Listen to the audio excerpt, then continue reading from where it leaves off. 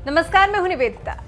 बिहार में बीजेपी जब दूसरी सबसे बड़ी पार्टी बनकर उभरी तो अब तो बीजेपी में उत्साह दोगुना हो गया है, क्योंकि पहले बीजेपी जेडीयू का छोटा भाई के तौर पर बिहार में चुनाव लड़ती थी, लेकिन अब जब बीजेपी को 74 और जेडीयू को मात्र 43 सीटें हासिल हुई हैं, तो अब बीजेपी बिहार में जेडीयू का बड़ा भाई बन गई है। अब जब जीत ऐसी मिली है तो फिर बीजेपी अब अपने अगले मिशन की तरफ तेजी से बढ़ गई है।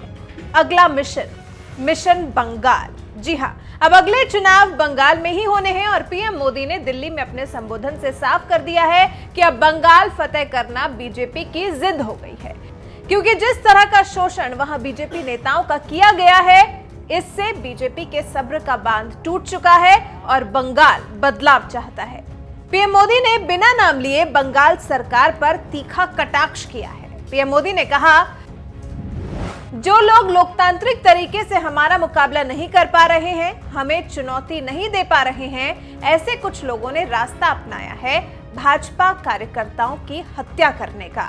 देश के कुछ हिस्सों में उनको लगता है कि बीजेपी कार्यकर्ताओं को मौत के घाट उतार के वो अपने मंसूबे पूरे कर लेंगे। मैं उन सबको आग्रहपूर्वक समझाने का प्रयास करता हूं। मुझे चेतावनी देने की जरूरत नहीं है, क्योंकि वो काम जनता जनार्दन करेगी। प्रधानमंत्री मोदी ने आगे कहा, चुनाव आते हैं जाते हैं, जय पराजय होता रहता है, कभी ये बैठेगा कभी वो बैठेगा, लेकिन ये मौत का खेल लोकतंत्र में कभी नहीं चल सकता है और मौत का खेल खेल करके कोई मत नहीं पा सकता है। दीवार पर लिखे हुए ये शब्द पढ़ लेना।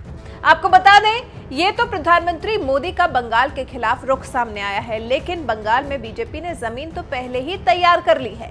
तभी तो राजनीति के चाणक्य कहे जाने वाले अमित शाह बिहार में नहीं दिखाई दिए। असल में वो तो बंगाल में रैली करने पहुंचे थे। 7 नवंबर को बिहार में तीसरे चरण के लिए मतदान किया जाना था और 6 नवंबर को अमित शाह बंगाल में टीएमसी के खिलाफ माहौल बना रहे थे। अमित शाह से भी पहले बीजेपी के सांसद तेजस्वी सूर्या बंगाल में न बनना चलो आंदोलन में शामिल होने पहुंचे थे। आंदोलन के दौरान बीजेपी कार्यकर्ताओं ने पुलिस पर बर्बरता का आरोप लगाया था। केस दर्ज कराने गए सांसदों की पुलिस ने एक नहीं सुनी थी। इस पर नाराज तेजस्वी सूर्या ने ममता बनर्जी के खिलाफ केस करने की बात कही थी।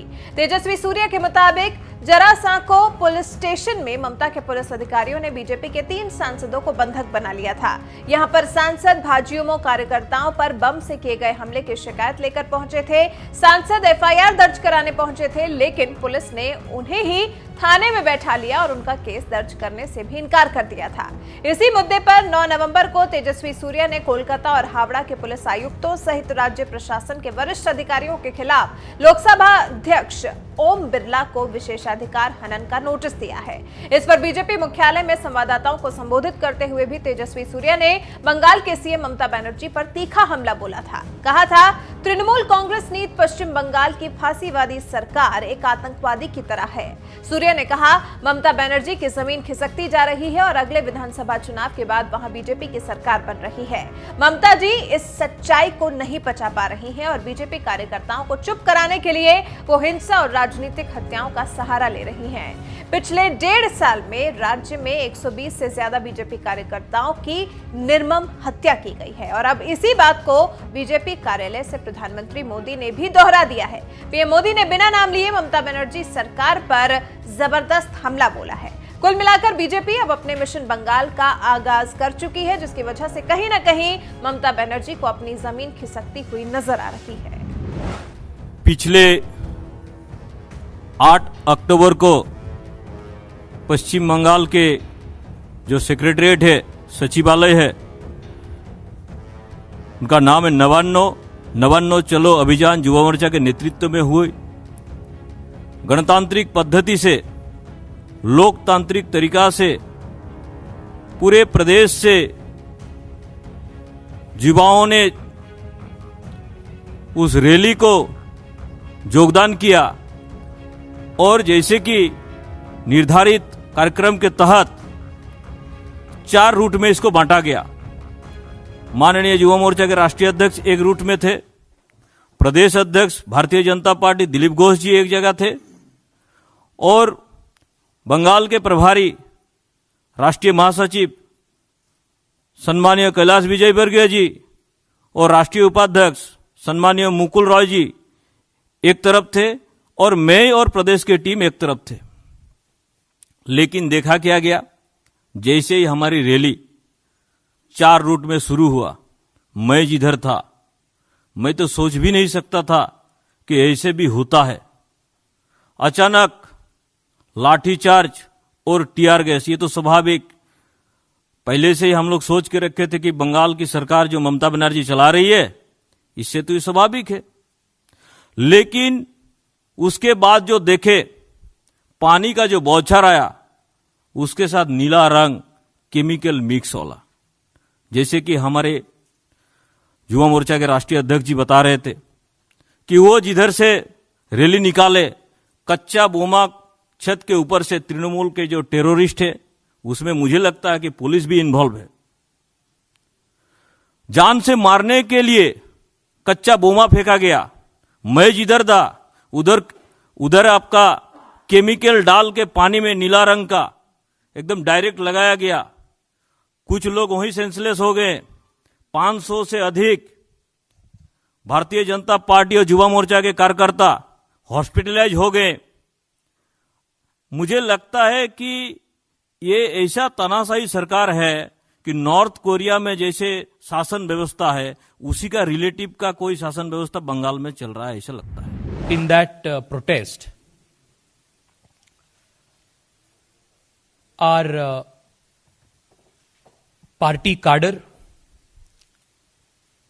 especially the cadre of the Bharatiya Janata Yuva Morcha, was subject to gruesome physical abuse. The police resorted to brutal lathi charge. Very many tear gas shells were thrown at the peaceful rally. The police themselves started dropping crude bombs from the terraces. More than 500 of our party workers had to be hospitalized because of the high-handedness and the police brutality. On the very same evening, 3 members of the parliament,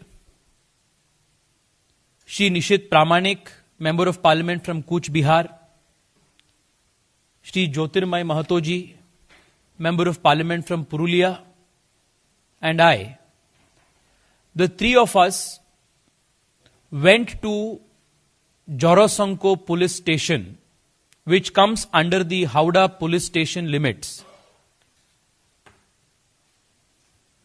and wanted to file an FIR against unknown people who had tried to throw crude bombs and subjected us to brutal torture in the course of the protest. However, even after waiting for more than 2.5 hours,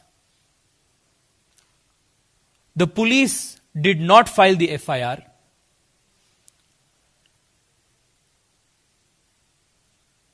Instead, they physically assaulted 3 members of the parliament who had come to raise the voice of the common man, to file an FIR. And in the course of the assault, Jyotirmay Mahato ji and Nishit Pramanik ji were physically assaulted. Our personal staff were also manhandled, and unparliamentary language was used,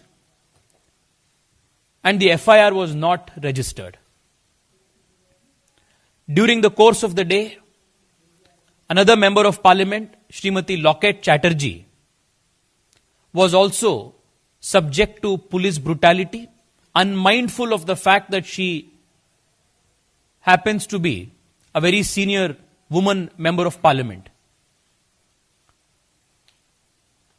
All of these things indicate that there is a complete collapse of law and order in West Bengal, that police stations, which have to work under the constitution as per rule of law, function as branch offices of the TMC party, and that police officials are puppets in the hands of the Mamata government.